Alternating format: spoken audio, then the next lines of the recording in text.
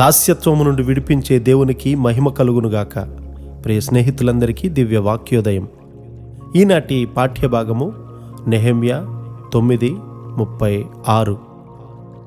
చిత్తగించుము, నేడు మేము దాస్యములో ఉన్నాము.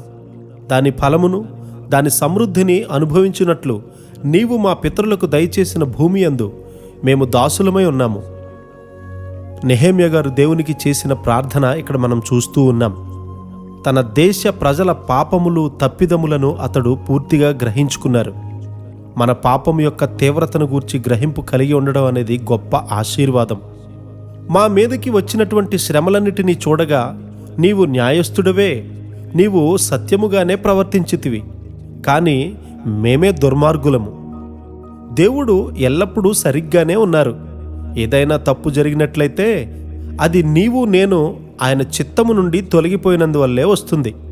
దేవుని చిత్తాన్ని కనుగొని దానిని వెంబడించాలని మనము నిర్ణయించుకుంటే అది ఎంతకాలమైనా సరే ఆయన ముందుగా నిర్ణయించిన ఉద్దేశాలలోనికి మనలను తీసుకొని వస్తాడు.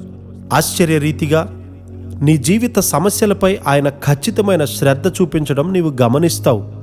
కష్టాలు శ్రమలు వచ్చినప్పుడు అవి నీ ఆత్మీయ జీవితాన్ని లోతుగా నడిపించడాన్ని నీవు గమనిస్తావు.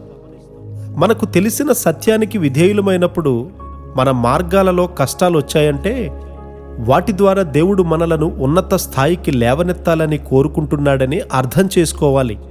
ఆ క్లిష్ట పరిస్థితుల గుండా మనము ఉన్నత స్థాయికి చేరుకోవడానికి దేవుడు గొప్ప కార్యము చేస్తాడు.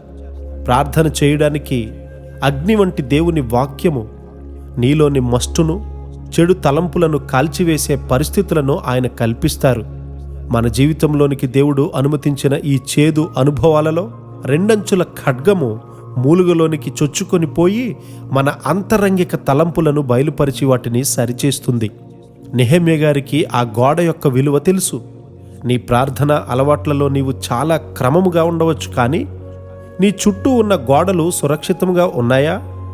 నీ ఆత్మీయ జీవితానికి సరైన సహవాసపు కొరత ఎంతో ఆటంకంగా ఉంటుంది. నీ వాక్య పఠనపు శక్తి పాడు చేయడానికి ఒక్క చెడ్డ స్నేహితుడు చాలు. నీ ఆత్మీయ జీవితంలో ఆటంకపరిచే ప్రతి విషయాన్ని గుర్తుంచుకొని దాని నుండి విడుదల పొందాలి. అప్పుడే ప్రభువు కొరకు ఇతరులను నీవు సంపాదించగలవు.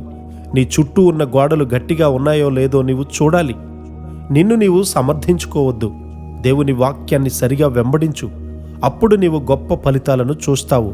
అట్టి కృప దేవుడు మనందరికీ సమృద్ధిగా దయచేయునుగాక. ఆమెన్.